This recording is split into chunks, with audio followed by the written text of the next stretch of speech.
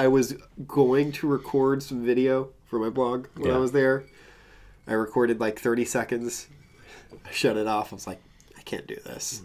I can't do this. Because I didn't want to take myself out of the experience. Yeah, you don't want to be like that guy. Yeah. There he is, that American over there. All right, guys, all right, can you stand over here a little bit? Those Americans and their vlogs. You just see these natives doing the role I like. Yeah.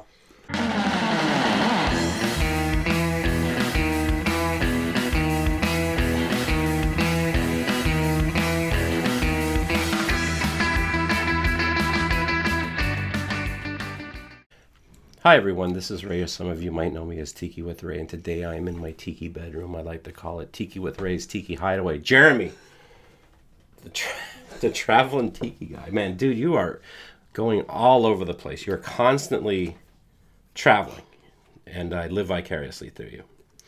And let me back up by saying this. I was a kid during the 70s. And there was this show that was on TV called In Search Of. It was Leonard Nimoy, who was Spock. Yep. And I remember because it was a big deal because he was the host of the show. And it was like, oh my God, it's Spock. And the premise of the show was that it was always about like Bigfoot, in search of the Loch Ness Monster, in search of ancient aliens, you know, like who built these things and shit like that. And there was an episode on Easter Island. And I remember it was like this Easter Island, and they have all these heads that are halfway buried into the ground and all that other stuff. And I remember being just fascinated with that. I'm like, oh my God, what's going on? Like, who made these? How were they created? Well, you got to go.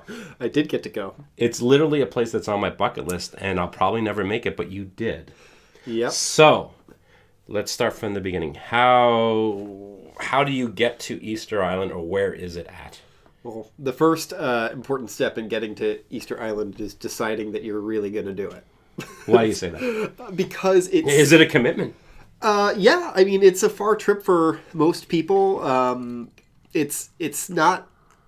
You can fly there, right? But it's not necessarily the easiest of places to get to. Okay. You have to fly either through Santiago, Chile, or from French Polynesia. So you went to Chile, right? Yes, so my first leg was Atlanta to Santiago, Chile, which is about 10 hours. 10 hours. Yeah, for the first leg. Oh my God. And then you're in Chile. Then what happens? So afterwards, the interesting part is that Easter Island is only about a Hawaii to LA distance from Santiago, Chile. So it's about I think 5 or 6 hours. Don't quote me exactly on only? That. Yeah, only. Dude, that's a haul in and of itself. Yeah. How big is this island? And it's not called Easter Island technically, right? No, it's actually it is Rapa Nui. That is the native name for the island, and the sole town on Rapa Nui is Hangaroa, which means wide bay. Sole town. So the only town? Yes. Okay. How big is this town? Is it even a town? Is there a Starbucks? No. There's no Starbucks. There's no Hilton. No no McDonald's. There's zero fast food. Is there one hotel or? So there are a few hotels, and if I'm remembering this correctly, in order to own land in Hangaroa, you must be a Rapa Nui. So somewhat native blood, right? And with that, the right to own or to have property there, you can then lease that property. Okay. But so far, it hasn't been leased to, super giant American corporation for hotel brands and stuff. So they're all very small boutique hotels. Because I was going to say, not I'm sure there isn't that many people wanting to go to Easter Island. Depends on the season. So I went in September, which is not the busy season. The busy season is in February. They have a big festival every year in February, and that's pretty much the only time of year where you need to make a reservation at a restaurant. Wow. So what kind of a hotel did you stay in? Was it nice? Did it have amenities? Did it have a bathroom? I mean, or is it like a hut? Or I don't know. I mean, it was like a little. Are the roads paved? There's one road that's paved that goes around the island. Oh wow. Yeah. Okay. Yeah.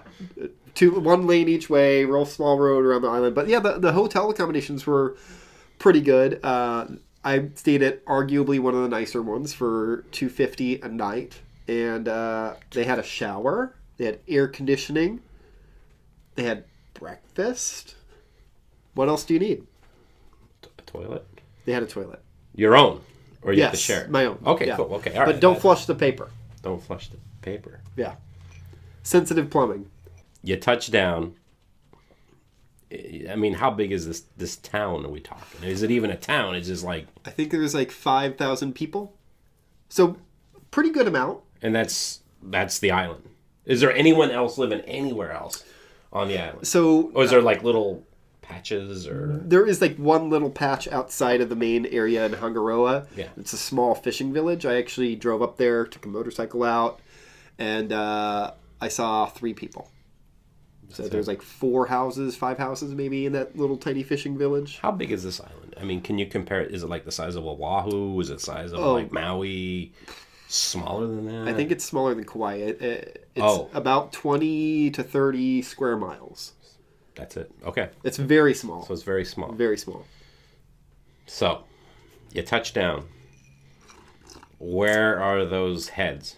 They're called moais, right? Moai, yeah. Where are they located? Are they all over the island? Are they only in like one section? Yeah. How does that work? So they are literally all over the island.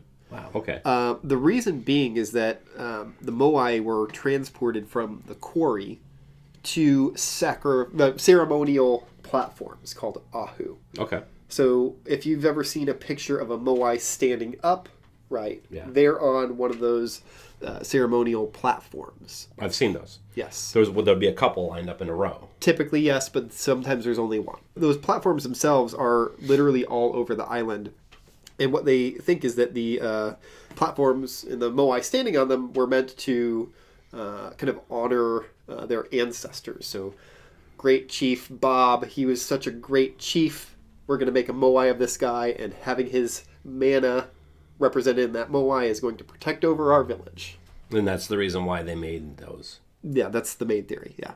And that person, and the moai is supposed to represent the Ancestors. The ancestor. Yes. But it's more of just a representation, not like, hey, this is what my uncle Bob looked like, because they all look the same. Yeah, but exactly. Or is there a variance in the designs of these moais? Are they all kind of similar? I mean, they're all big rocks, and so in that way they're all similar, but there are small differences. Now, I will say that it seems to me that some of those differences are wearing away just from natural erosion on the statues, or made out of volcanic rock. So in some statues you see more detail than others. But yeah, so one example is that there are some moai that have shorter ears and some moai that have very long ears. Okay. They can have kind of just different statures. There are male and female moai. Is there really? Although the majority of them are male, there are some female moai that have been recorded. What were these painted or anything like that back when they were made, or were they just that color, just whatever it was? So there were the majority of them that you think of, right? They're that kind of like grayish charcoal colored rock. Yeah. The majority of them are that rock. However, there are also moai that were made of other stones. There's one that was made of red scoria. That's the top knot that you think of, right? Yeah. Just that red hat. Well, the entire moai was red. That one's still available. There was a moai made out of some kind of stone. I can't remember what it was, but it was maybe basalt. It was something that hasn't eroded, but it was stolen by the Brits, and it's in the British Museum. And how tall are these things generally? They range from a little bit taller to people size to gigantic. And you said that these were built in the quarry. What's the quarry? Or what's that all about? So when you go to Easter Island's like a triangle. Okay. Hangaroa's here. The whole island itself was formed by 3 volcanoes. Okay. So those 3 volcanoes erupted at some point in time, filled in the middle of that triangle. Yeah. So the quarry is at the edge of one of the volcanoes, and that's where that rock that most of the moai were carved from exists. And so in that quarry, they would typically carve the moai out. If you got a mountain here, flat mountainside, they would carve them on their backs, etch around it, start getting some of the main features out, and then carve the backside out, pop it out, drop it in a ditch, and that's why there's the heads, right? I was going to say. Because I remember that was a big thing. Is like, oh my God, these actually some of these actually have bodies. I don't think that was ever a mystery, personally. Oh, really? I don't think so.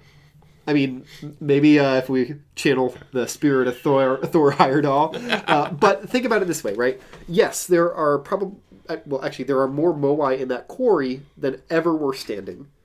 And at some point, the white man saw the moai standing. Yeah. They saw them on a pillar. It was recorded. It was either the French or the Dutch, some European white dudes. Yeah. They saw moai standing. They recorded this knowledge. Over time, maybe the next 100, 200 years, other explorers came to Rapa Nui, and they saw all of the moai laying face down. Okay. So if you see that laying face down, that means that it's not in a ditch. You would have seen that it had a full body, an enormous form, more than a head. And so that's why I think that there was really never that mystery. Gotcha. So they actually carved them like as it was in the mountain, and then kind of carved it out. Yeah. Did they talk about how they move them around? Yes. So there are various. They're probably heavy. Yeah, they're tons and tons. They're massive. And funny enough, one of the moai was so large that they would have never been able to move him. And so they think that they carved him just for shits and giggles. Wow. But the moai, it's a very simple explanation to the most popular theory of how they got there. Okay. They walked. They walked. They walked by themselves there. All right. So that means that essentially, think about how you would move a refrigerator. You probably go move it a little bit at a time, upright, not turn the refrigerator on its side. Is there anything else to do on Easter Island besides check out the moais? Yeah. There's this thing called Orongo Ceremonial Village. At some point in the history of Rapa Nui, Easter Island, there were different factions, and all of those factions became obsessed with what I'm calling the Birdman games. Okay. And so there was this kind of belief in the Birdman as a symbol of fertility. So every year they would have essentially a championship of sorts. It was like a hide and seek, but they would jump off this huge cliff of the island. Some would plummet to their deaths.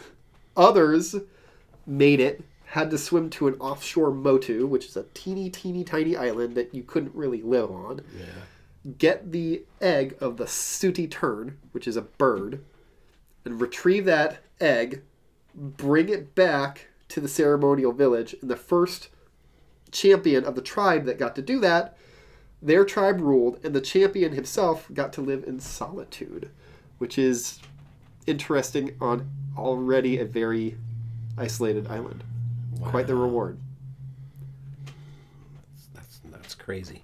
Birdman games. But there is great food and great drink. There are beaches. You can go snorkeling. You can go boating. There's pretty much all that classic island vacation stuff that you can do too. So, why did you want to go? Why did you want to go to Easter Island? Or what put the bug in you to go? I'm trying to live my bucket list every day. So I wanted to go. I wanted to check it out. It's important to me. As I become a moai one day, I need to really get there and experience it for myself.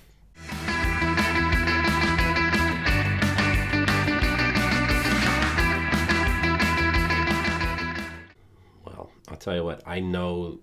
I know for the fact that I'll never be able to go there, just from the flying. What? It's the flying, man. I realize that I can only... I believe in you. I can only do like a couple hours, and I just couldn't sit on a plane for 10 hours and be like...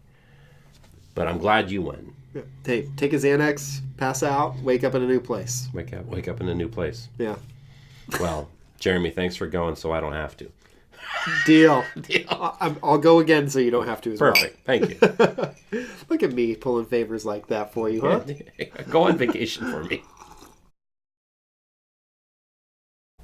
Hey gang, this is Tiki with Ray, and I just want to say thank you very much for checking out my video.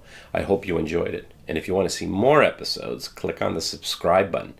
And if you liked the video, give it a like. That would mean a lot to me. And if you have any comments or suggestions, please leave a comment in the comment section below.